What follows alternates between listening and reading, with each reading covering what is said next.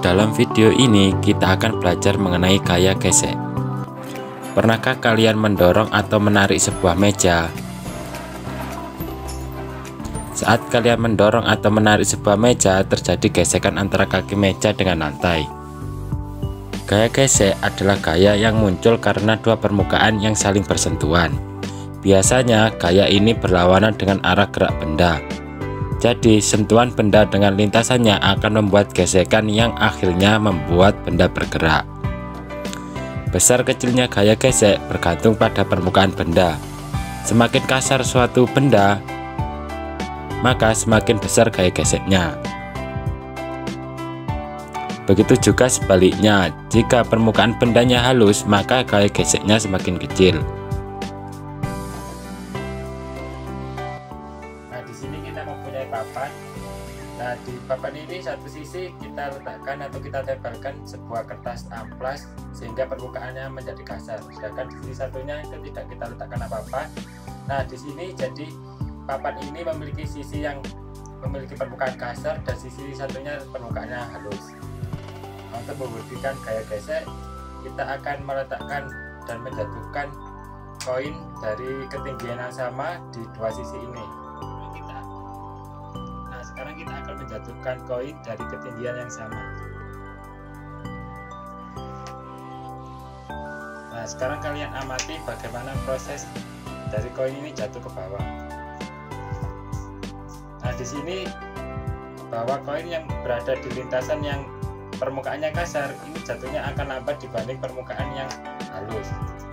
Hal ini karena disebabkan gaya gesek pada permukaan kasar ini lebih besar daripada yang permukaannya halus. Gaya gesek dapat diperbesar dan diperkecil. Gaya gesek dapat diperbesar dengan membuat permukaan benda menjadi lebih kasar. Contohnya, ban kendaraan terbuat dari karet dan dibuat beralur agar tidak mudah tergelincir. Beberapa bahan dapat digunakan untuk memperbesar gaya gesek, seperti bahan karet dan paku-pakuan. Untuk bahan karet, penerapannya pada sol sepatu, rem sepeda, dan ban kendaraan. Untuk bahan paku-pakuan, contohnya ada paku-pakuan pada sepatu bola dan sepatu pendaki gunung. Sedangkan untuk memperkecil gaya gesek dapat dilakukan dengan membuat permukaan benda menjadi halus atau dengan memberikan oli atau pelumas pada benda tersebut. Contohnya seperti roda pagar rumah diberi pelumas agar mudah digeser. Pemberian oli atau pelumas untuk meredam gesekan antar logam di dalam mesin kendaraan sehingga mesin menjadi halus.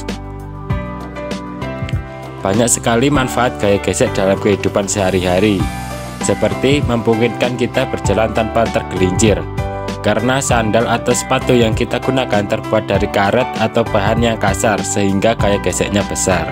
Membuat suatu benda yang bergerak bisa berhenti, seperti adanya rem pada kendaraan. Menahan benda supaya tidak bergeser. Menghangatkan tubuh. Saat kita menggosokkan telapak tangan ke permukaan kulit, maka gesekan akan menimbulkan panas. Membuat api. Jika kita menggesekkan dua buah batu atau gesekan dari batang korek api, akan menimbulkan percikan api yang kemudian dapat menjadi api yang lebih besar. Di samping banyaknya manfaat, gaya gesek juga menimbulkan kerugian, seperti gerakan benda menjadi terhambat, mengkikis permukaan benda, dan memperbesar pengeluaran energi. Sekian penjelasan mengenai gaya gesek. Sampai jumpa di lain video.